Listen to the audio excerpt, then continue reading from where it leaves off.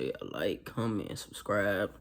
And I'm doing a mini video of how I deal with morning sickness, judgment, being pregnant as a female to male trans man, me off my hormones, and just little bit stuff like that. So tune in with me. So the first thing I'm gonna start with is morning sickness. And with my morning sickness, it wasn't too bad, but my thing is I always had the feeling that I had to throw up. Like, it just felt like the food wouldn't stay down, or just like as soon as I'm done eating, I have to throw up. So my most thing I did was drink water, like drink lots of water. And then also I always carried gum in my first trimester, and dealing with starting in the beginning of my second trimester. Gum, mint, all that stuff really worked for me. Somebody else told me try it. So after that, I just, everywhere I went, I carried gum and just keep chewing it and breathing through the exercises of when you have to throw up. Because once you throw up or something like that, you're going to be sick. You don't have no electrolytes, and you just have to figure it out. And also, I drink a lot of Gatorade with the electrolytes, and I also drink a lot of Body Armor, which is like the energy drink, and that would be my go-to within me being pregnant and always trying to stay hydrated. So that's that. The second thing is the second thing is the support system that I have with me being a pregnant female to male transgender. Okay, so with my support system, it's great if you ask me. Like, I have the best when it comes to it, and my daughter, me calling around, or just people randomly checking on me. Like, they don't even call for me, they call for the baby. Like, is she kicking and stuff like that? And I just feel like when it comes to it, like, it really do take a village. So with that, I feel like it's to each his own.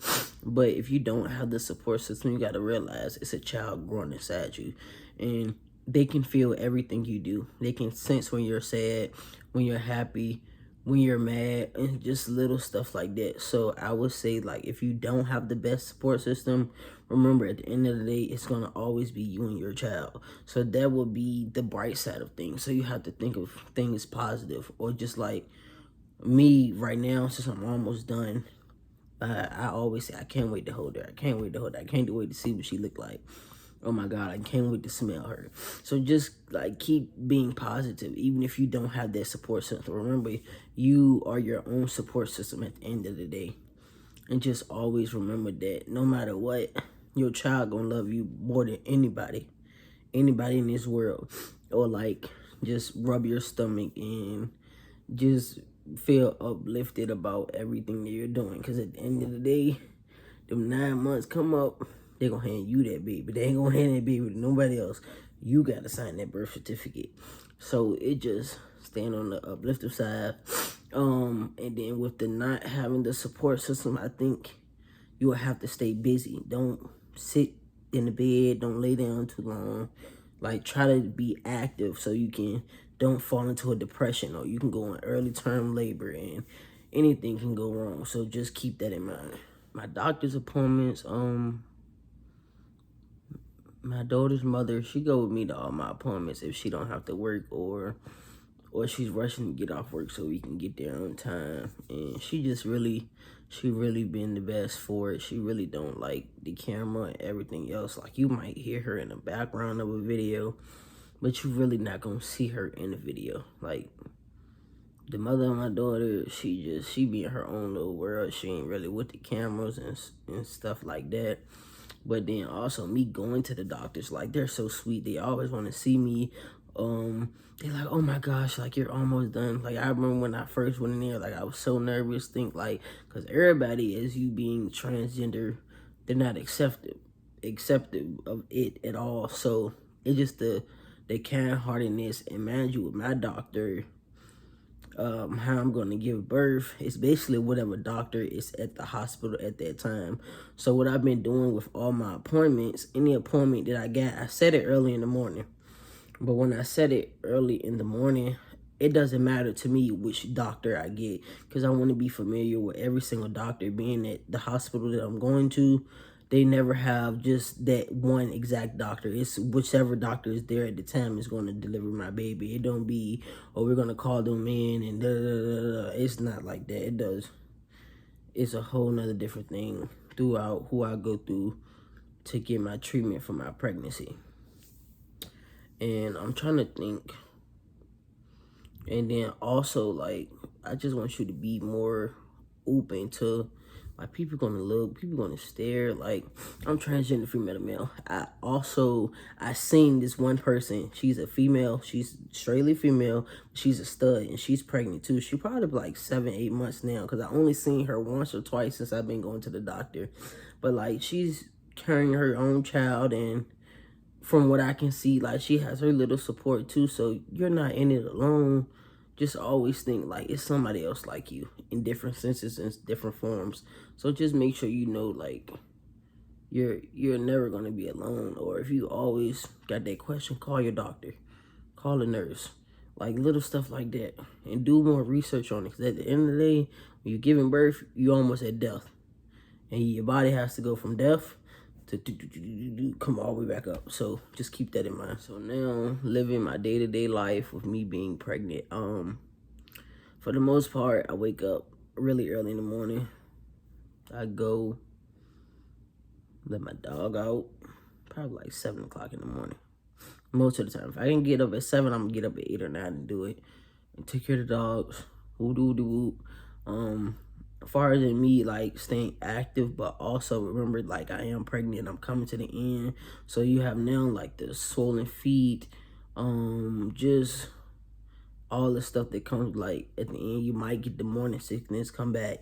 So I try not to overdo it. So I work only on the weekends, and I work part-time.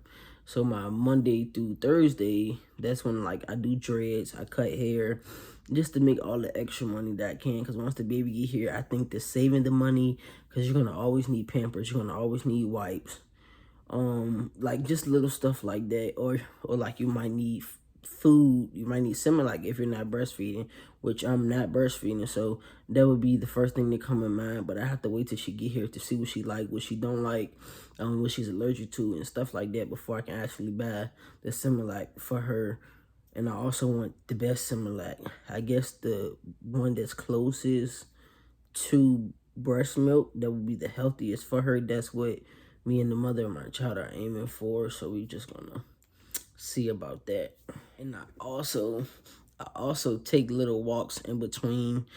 Like, it's like a corner store near where I'm living at currently. So I walk to the store every now and then, maybe at least the minimum once out a day, to get a little bit of exercise. Or I go just walking through the neighborhood and just trying to stay fit, or just exercising my muscles that I know that I'm gonna need when it's time for me to have her. Being like that, I already don't want an epidural, but I'm gonna talk about that in the next. So yes, this is my first child, and my whole number one thing with going into labor. My grandma told me I can't be at her house when I go into labor, because I told her, like, when my water break, I don't want to go to the hospital immediately. Like, it's 100%. Like, everybody say, once you got that feeling like you gotta poop, and you can't hold it in, that means it's about time to push. It's about that time. But in the midst, when you normally first go to the hospital after your water break, you're not ready to push immediately when you get there. 100% fact. Unless, like, you already 10 centimeters dilated, the baby head's down, or if you try to push, you can feel the baby head and stuff like that. So what I'm planning to do, once my water break, being funny but not being funny, I hope my hair is done. I want to be prepared, the baby bag. But my main thing is not going to the hospital right after my water break. I don't want to sit there for a long period of time waiting on her, and I know I'm impatient, or the pain levels will be so bad. So I want to stay at home within the couple hours after the fact my water breaks, and then go to the hospital, so it can be easier, even though it's like 50-50, because I never gave birth. So the contractions and everything with the pain level, I I don't know how they're going to be, but my whole thing is not getting the epidural. I witnessed people getting the epidural. I done seen the effects. I done heard people's stories on it. So like, it's kind of not in my best interest. But I also have to remember, I think once you get a certain centimeters dilated, they cannot give it to you. So if I can hold out of going to the hospital until I'm dilated to that amount, and I can tolerate the pain, I'm definitely not getting the epidural. And also, it has all the ultimate drugs that I really don't want in my system. And then I also recently talked to someone, and her epidural, they made it too strong to where she couldn't walk. And then it was a whole nother thing with her, but it just, everybody experience is different. But I know, me personally, I don't want to experience that. So I think I'm going to pass. This one question is, how do I ignore the hate? And I always say this, like, for me, people really don't bother me personally when it comes to the hate. Like, if you look on my social media, is the comments, the bad, the good, or whatever the case may be, I just look at it like this, to keep in mind that most people are uneducated when it comes to things like this. So they be more so concerned versus them saying that they want to be nasty. So when I look at people like that, I'm just feel like you're uneducated. So let me educate you. Anybody else, like my family, my friends, my sister, you go on my social media, you go on my TikTok, go on my Facebook, you will see them in the comments arguing. Like, I would never argue. Like, I would just honestly put it to them like, okay, this is this is that, and this is my opinion on it, and leave it at that. And then if it keeps going to where the point like they're being ignorant, I block them. I don't really entertain it, because it's just like, what is it going to do for you? I read every comment. I do read every comment, but I don't respond to everything. I leave it to my sister, one of my best friends, and anybody else, or one of my brothers. They be on it. Like, if you go on my TikTok, you might see them just going off of, like, on Facebook. My sister got blocked once because she was arguing with somebody, and she went to her second Facebook page. I'm thinking it's a random person, like, being smart. Whole time it was my sister. The whole entire time she called me, she said, "Why would you block me?" I had to unblock her, re-add. Like, it was just a whole nother different thing with my sister. Like, she just be on 10 when it comes to me, my transition, her needs, and just little stuff like that. Not being on hormones for about a year, I think. I know it's been over maybe 9 months, 10, 11 months, some in that sense of nature, in that range.